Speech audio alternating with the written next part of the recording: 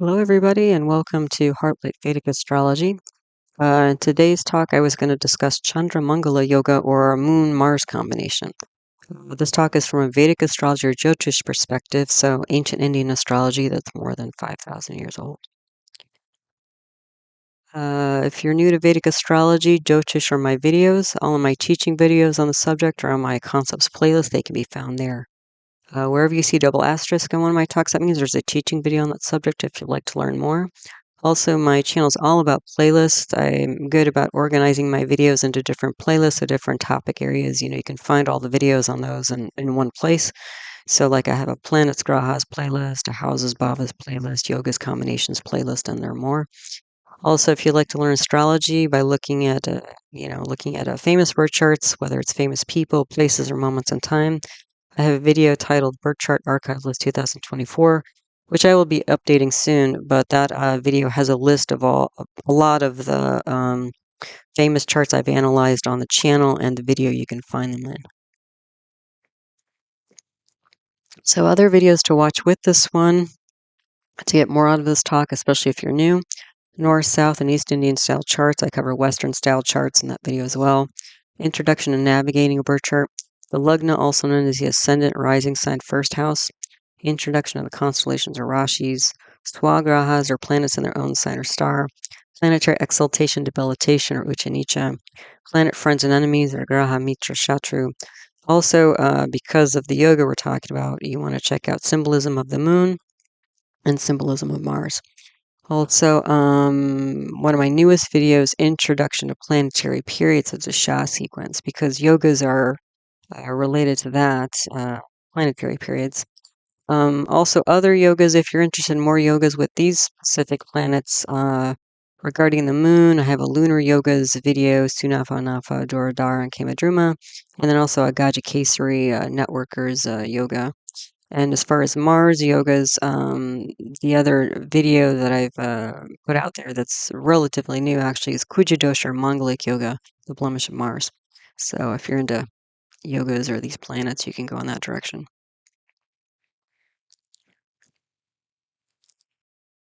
Okay, so let's get into this yoga here. So what is a Chandra-Mangala yoga? Well, let's talk about, the words first. So yoga, if you're not familiar, yoga means a combination or a yoking together. Yoke and yoga kind of come from the same word root, but it's like a tying together. Okay, so specifically in Vedic astrology, yoga is a planetary combination. Usually a planetary combination. You can get other kinds of yogas too, like when you're talking about muhurta, auspicious timing, but in this case, we're talking about graha yoga. Okay, so planetary combination. So what is a yoga? What is, why are yogas important? Well, yoga's different planetary combinations will give you super or meta effects for the chart that you're analyzing. Okay, so this is beyond, which planets are influencing each other and how strong the planets are. It does factor into the yoga, but the yoga itself is a super, kind of a super effect that somebody can experience. Okay. So Chandra means moon and Mangal means Mars. So literally you have moon-Mars planetary combination when you say Chandra-Mangala yoga. Okay. So sometimes this yoga is also called Shashi-Mangala yoga because Shashi is another word for moon, like Chandra. Okay. Now do not confuse Shashi-Mangala yoga with Shasha yoga. Shasha yoga is a um, Pancha Mahapurush yoga. I have a whole video on that if you want to get into that, but where it's Saturn in its own sign in a Kendra or Trikona, so in a central house or in a trinal house, okay? That's a whole different thing. So just don't confuse Shashi with Shasha. Those are two different things. Also, when I was looking up information about this yoga on the internet, I saw so much confusing information out there. It was pretty overwhelming. And yeah, so anyway, I saw a bunch of times though, people were calling Chandra-Mangala yoga Mahabhagya yoga. Okay, now from what I've learned, these are completely separate and different yogas. I mean, you can't even confuse them if you know the definitions of them. Okay, and the thing is, Chandra-Mangala yoga and Mahabhagya yoga are both talked about, I believe, in the Phala Deepika, which is a classical text or shastra on Vedic astrology. Okay, and there are very clear, differences between these two. Okay. So again, I don't know why people writing saying, "Oh, it's the same as Mahabhagya Yoga," because in my training, it's not at all. Okay. So the definition, this should be a pretty easy one to spot. This is Mars and a Kendra from the moon. Okay, in a chart. So a Kendra means a angular house. So basically, first house, fourth house, seventh house, or 10th house from the moon. Okay. So let's look at this chart on the right here. Okay. So this is a mock-up chart, and I use North Indian style charts in my work. So this is a North Indian style chart. So to orient you, the first house, also known as the ascendant, lugna, rising sign, first house. Okay, all different names for the same thing. That's the top diamond in the middle. There's a little 12 in the bottom corner. The 12 refers to not the house, but the zodiac sign that's in the house. So the 12th zodiac sign is Pisces or Meena in Sanskrit. So what this means is this is a Pisces rising chart. Okay. So to get to the other houses, you count inclusively from the first house, and you in a North Indian style chart, you count counterclockwise. Okay, to get there. So the second house in this chart is in the upper left corner. You can see a red MA that stands for Mars, and there's a 1 in the bottom corner. The 1 does not mean the first house. The 1 means the first zodiac sign, which is Aries or Mesha, which comes after Pisces. Okay. So when we're talking about Mars and a Kendra, so again, Kendra meaning an angular house, 1, 4, 7, or 10 houses away from the moon, we first look for the moon. In this chart, moon is in the 5th house. Again, you count inclusively from the lugna, the first house, and you count counterclockwise. That'll land you in the sort of bottom, what is this, left corner. There's a 4 in the corner in the right corner. That 4 again refers to the 4th zodiac sign or Cancer, also known as Karka in Sanskrit. Okay. So the moon is in Cancer. Okay. The moon owns Cancer, so moon is in its own sign of Cancer. Okay. So that makes the moon very strong. Now, I've placed Mars theoretically in 4 different spots, referring to the first, 4th, 7th, or 10th houses away from Mars, from the moon. Okay. So the black MA, above purple MO, that's Mars in the first house with moon in this particular chart. That would give, if you had that combination in this kind of setup here, that would give you a Chandra-Mangala yoga. Okay. Now the next one, if Mars was 4 houses away from moon, that would put Mars in the 8th house, which has that little 7 in the corner. That 7 in the corner refers to Libra constellation or Tula. Okay, so if Mars was in the 8th house in this chart, meaning 4 houses away from the moon, then that would also give you a Chandra-Mangala yoga. Okay, now the third situation or position for Mars to create a Chandra-Mangala yoga with moon in this position would be in the 11th house. Okay, you would see a 10 there in the corner, the left corner. That 10 refers to the 10th zodiac sign of Capricorn or Makara. Okay. But when you put that green Mars in the 7th house away from the moon, not 7th house from the lugna, but 7th house from the moon, you also create a Chandra-Mangala yoga. And then last position Mars can be in to create a Chandra-Mangala yoga in this particular setup with this moon in this chart. So when moon is in the 5th house of a Pisces rising chart, the last position it can be in is the 2nd house from the lugna, 10 houses away from the moon. Okay. And that red Mars in the 2nd house of the chart is 10 houses away from the moon. Okay, so the important thing is Mars is 1, 4, 7, 10 houses away from the moon in any chart, in any configuration. Okay, I just set this up so we have an example to look at. Okay, so what do we get? What happens when somebody has a Chandra-Mangala yoga? Well, wealth is given. There's some level of wealth. Not as big as a Mahalakshmi yoga. I have a whole video on that if you want to look at that. But it's a wealth. The Moon-Mars combination is a wealth-giving yoga. The other thing specifically is that there are gains through women, hospitality, liquids, and the ocean. Okay. Now, if you remember your symbolism of moon, why would it be gains through women, hospitality, liquids, and ocean? Well, these are all things that are symbolized by the moon. Women, hospitality, liquids, ocean, yeah, water, yeah. So that's why it's important to know the symbolism of these different planets to understand, like, to some extent, it doesn't always fit, but to some extent, why these yogas are what they are and what they give. Okay. Now, the other thing that was very confusing to me is I was like getting lost on the internet looking up, information about Chandra-Mangala yoga. Was that there were places where they were saying that Chandra-Mangala yoga is very negative and that there are remedies you could do to ameliorate the effects. Okay, now I think there's a lot of confusion here. Okay, so again, from my training, Chandra-Mangala yoga is a positive yoga. It should give positive results. Right. Now I think what's happening here on the internet is that people are confusing the yogic effects. So this super meta effect that's happening with Mars 14710 away from Moon versus, okay, and that's a yogic vichar, so that's a yoga analysis from a yoga perspective. Okay. There's also an analysis from a planetary or house perspective, so that's graha vichara, okay, and also bhava vichara. So graha is planet and bhava is house. These are different things. Okay. So again, the Chandramala yoga is positive. It should bring positive results. Again, assuming that the planets are strong. But then when you start reading other things about there's negativity here and that you can do these remedies and stuff like that, I think people are like confusing the yoga specifically, the Chandramangala yoga, and again the planetary house effects. Okay.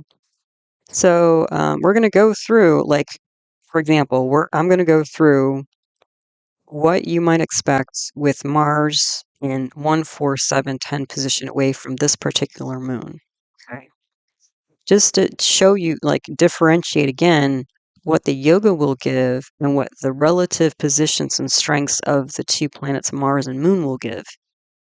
Okay, so the only thing we're changing the position of Mars. All of these four positions again give Chandra-Mangala yoga. Okay. It will change the Chandra-Mangala yoga a little bit because Mars will be stronger or weaker in these four positions. That's the only reason why, but Moon is very strong here. Okay, so Moon is not changing. Moon doesn't aspect anywhere else, blah, blah, blah. Okay. But because Mars is shifting into different houses and also constellations, it will change the strength of Mars, which when somebody runs the Mars period will change how much the Chandra-Mangala yoga will give. But the other thing is that when Mars changes position relative to the moon in this chart, it will change the interaction of Mars and Moon on the level of the planets and the houses, not the level of the yoga. So try to keep that straight. Because I was seeing a lot of people not keeping that straight in terms of stuff that was popping up on the internet. Okay. So let's go through. So let's go through the first one here. Okay. And what did I write here? Perhaps due to, oh, okay. So again, this yoga, just to finish up before I move into the example. So the Chandra-Mangala yoga is a positive yoga. It's something that people, should probably want. It's not something to, fear like, oh, I have this negative yoga in my chart. No, it should be a positive thing. But again, these other, planet interactions or house interactions may be a problem. So it's the placement strength and planet interaction of Moon and Mars where potentially negative effects can happen. So you can have both. You can have both a positive yoga and other negative, like planet house effects simultaneously. Okay. Okay, so let's look at this first Mars in the first fifth house. Okay, so this is Mars in the same house or bhava as the Moon. So it's conjoined. It's in the one house. We can think of it as first house away from the Moon, which is essentially the same. Okay. Now, what's interesting is that Moon is swa. It's in its own house. So Moon is going to be very strong through all these examples I give. Okay, but the thing is, Mars is debilitated in Cancer. Mars is already an erratic planet. It's going to become even more erratic in Cancer because it's debilitated. Okay. So moon is swollen strong, Mars is debilitated and weak. Okay. Now, just from the yoga perspective, when somebody's running a moon dasha period, planetary period or dasha, or even like a sub period of bhukti, the moon will give positive things. Okay, probably since the moon is strong in the fifth house, probably like a kid, because the fifth house represents children. If they're in that phase of life, when they're looking to have kids or able to have kids, biologically or whatever. Okay. Um, but Mars, when you run Mars, the Chandra-Mangala yoga will not give that much because Mars is debilitated. Mars is weak. Okay, because you have two, it's almost like two planets here. When you run Moon, you're going to get a lot, no matter where Mars is in the chart, because Moon is so strong in a positive house. Mars, though, again, in this one house away from the Moon, is debilitated. Mars is not going to give very much. Okay, so there's not going to be some big type of whatever, anything, really much, not much. However, regardless of which planetary period you're running, Moon or Mars or some other planet, then you look at like the planet and house effects here. So that's the next part here. So Moon aspects the 11th house. Okay, Moon represents the public. So and the 11th house represents things like clubs, groups, and society. So this is probably somebody like again in this chart. Just by the moon position, this is probably somebody who's involved with a lot of public interactions or clubs, groups, societies. Just as one simple thing. Okay. Now Mars in this in the fifth house here in Cancer, same house as Moon, it's going to aspect into the eighth house, the 11th house, and the 12th house. Okay. So Mars is a natural malefic planet, and it's aspecting into the eighth and 12th houses, which are negative houses. And Mars is debilitated, and Mars is erratic. So Mars is going to bring erratic energy into the eighth house of chronic long-term problems as well as deep psychology. It's also going to bring erratic energy to the 12th house of losses, expenditures. Okay. Mars aspecting the 11th house. Mars is actually exalted in Capricorn, which is the 11th house.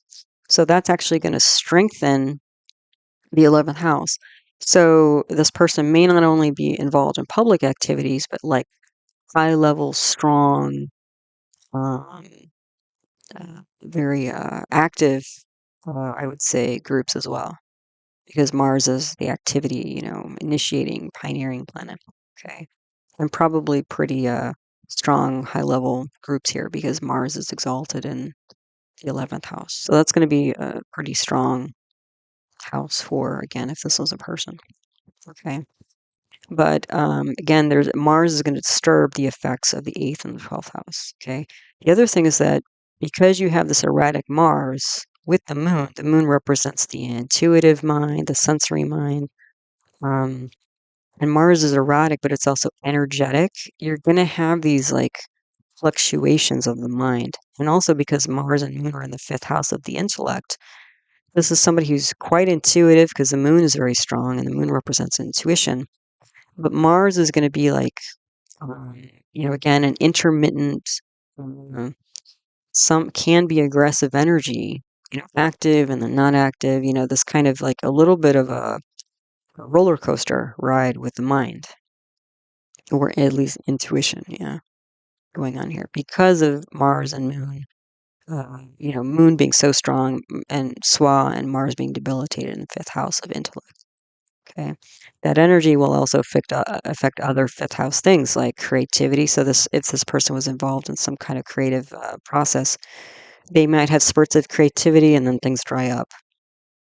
Okay, fifth house also represents children. So when they run the moon, again, we haven't looked at I haven't put in any other planets here, but if Moon is otherwise unafflicted, I would expect a female child because fourth Cancer is a feminine type of Rashi constellation in the Moon also. So I would expect a female child if this person ran Moon Dasha or Moon Bhukti, so planetary period or sub period, during the times that they're biologically fertile in life.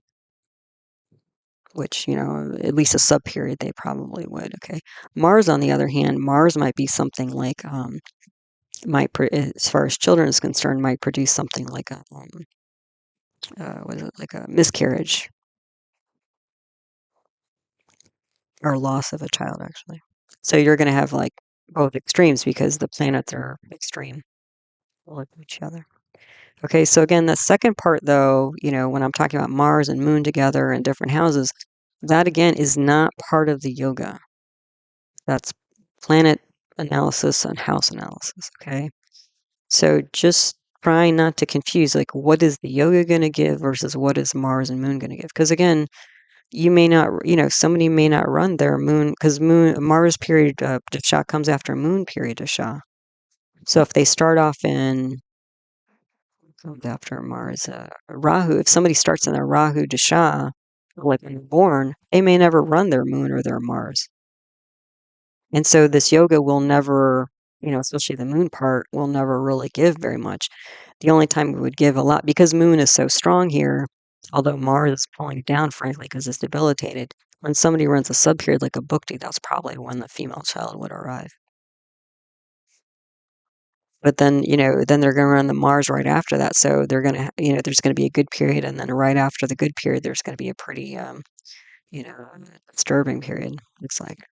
So again, a lot of ups and downs related to fifth house things. Okie doke. So, okay. So let's, again, just to, again, practice this being clear of what is the yoga going to give versus what is this just Moon and Mars together going to give. Sorry, I can't see my slides very well right now. Hold on. Okay, so now let's go through this. Okay. From the second option here of Mars being in the 8th house, meaning it's the 4th house away from or 4th bhava away from the Moon. Okay, so now we're going to look at this sort of yellowish, greenish color Mars in the 8th house. Okay. In the 8th house, we've got Libra, that's 7 in the corner, top corner there. That's the 7th constellation, or Libra or Tula in Sanskrit. Okay. So again, this will still give a Chandra-Mangala yoga, but what would we expect? So regarding the yoga, okay, Moon is still the same. Moon is still very strong, Swa in its own house, that's, in a positive house. Mars is in a neutral sign, which is better than debilitation. Okay, so that may give this second Mars in the 8th house may give a little bit more than the first one. Although Mars is also a bit protected because it's with the Swa moon when it was in the first position. But, on its own, Mars is in a neutral sign. Okay. But the thing is, it's in the 8th house, so that's considered a weakness, or it's going to be a drawback in terms of this Chandra-Mangala yoga. Okay. So similar to the first situation of Mars being in the same sign as Moon in the 5th house here, the Moon dasha or planetary period will give more through this yoga. Okay. Maybe like, more, well, it's kind of mixed. I mean, there'll probably be some effects, but not necessarily the greatest or, nothing to really write home about. Okay. Then the second group here, this is again the interactions between Moon and Mars in the houses, different level of analysis. So again, Moon is aspecting the 11th house. That's still true. Mars now, because it's in the 8th house, aspects the 11th house where it's exalted. So that's still going to produce, a strength in the 11th house matters. So income as well as clubs, group, society. Okay, this Mars in the 8th house also aspects the 2nd house where it's swa and strong, and the 3rd house where it's, kind of a neutral position. Okay. So Mars exalting 11th house, this is going to make a stronger position for income and group. Okay. But this, so if, when somebody runs the Mars period, they may get positive results related to 11th house issues, but that's because Mars is aspecting the 11th house where it's exalted, not because of the Chandra-Mangala yoga. Okay. Because if you kept Mars here and you switched Moon to a different position where it's not, 1, 4, 7, 10 away from Mars, when you ran Mars, you would still get the some positive effects in the 11th house because Mars is exalted in the 11th house. You see? It's because of the position of Mars and Mars aspecting the 10th, 11th house where it's exalted that's giving that result, not because of the moon Chandra-Mangala yoga. Those are two different things. Yeah. Okay. Like the, gains through women, hospitality, ocean, and what was the other one? Blanking on it right now. But those sorts of gains are not going to come because this Mars aspecting the 11th house where it's exalted. The gains through women, hospitality, ocean are going to come through the yoga, not through the, again, placement of Mars or relationship to moon beyond the yoga. Okay.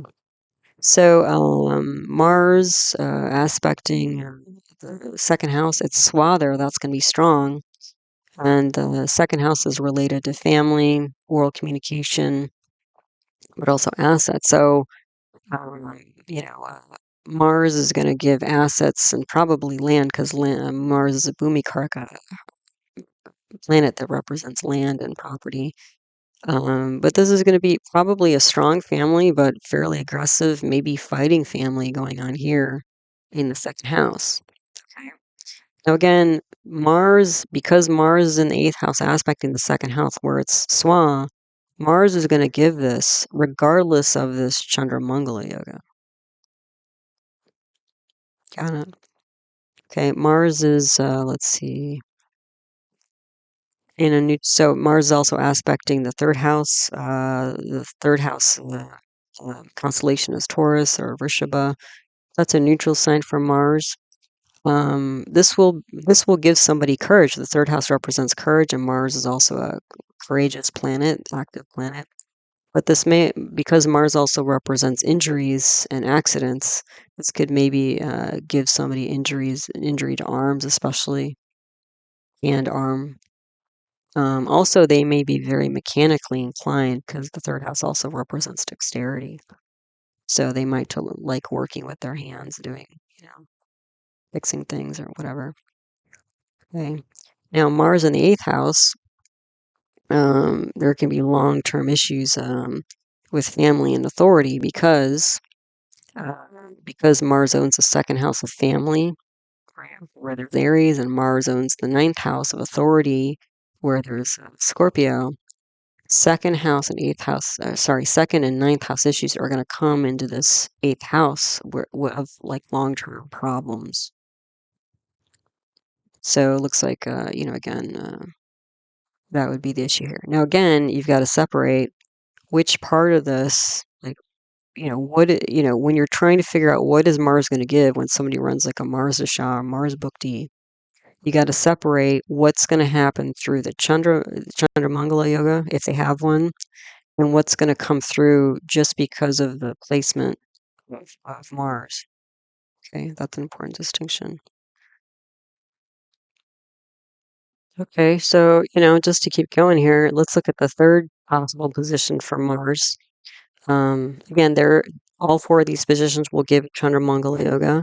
But again, if we're looking at what will Mars bring during its dasha, or it's a planetary period or Bhukti sub-period, there's a difference between what Mars will give through the Chandra-Mangala yoga and just the general placement in the chart of Mars and the houses it's in or aspecting or what have you, okay? So in this example, Mars is in the 11th house of Capricorn marker where it's exalted, so it's going to be strong. Mars is in the 7th house or bhava from Moon, so that gives it Chandra-Mangala yoga. Moon is strong because it's Swa in its own house of Cancer. When Mars is in this position, Mars is exalted, so Mars is also strong. So both Moon and Mars Dasha planetary periods will give through this yoga. Again, we're talking wealth, we're talking gains through women, hospitality, liquids, and ocean. Maybe they're involved in, especially with this combination, Moon and Mars and the fifth house, and then also the 11th house. Fifth house is children, so this could be like advising mothers who've lost children. or need want to have children. And the 11th house could be clubs, groups, and societies. Like maybe, again, we don't know what other planets are here, where they are, or whatever. But just as a start, it's like public groups are also women's groups, pioneering groups. Could be part of, the gains, like they get involved with some women's group or women's organization, or maybe they're OB-GYN doctor or something like that, or maybe they're a pediatrician, and then all of a sudden, their career starts going, crazy because of the Chandra-Mangala yoga. Okay. Now, beyond the yoga, again, there's the yogic part, and then there's the other, things that Mars will give. Moon is aspecting 11th house. Again, same. Mars in this position from the 11th house is aspecting the 2nd house, 5th house, and 6th house. Okay, so Mars exalts in the 11th house, so strong for income groups and gambling. The 11th house is also a gambling. So this might be like, you know, um, it could even be investing of some kind, but literally like, I don't know, going to a casino and playing slots or cards or potentially something like that. Okay. So 11th house is going to be strong, especially during when Mars is active as a planetary period, main or sub, either way. Mars aspects the 2nd house, so you're going to get similar to the last situation. There's going to be aggressive speech, assets, land, strong family, but maybe aggressive as well, pioneering. Um, could be like a military family, or because Mars represents the Kshatriya caste, so a warrior fighting caste, and the family is there. So the whole family is probably very like a go-getter type family. Mars is debilitated in the 5th house that it's aspecting. So again, aggression, inconsistent mind, because Mars is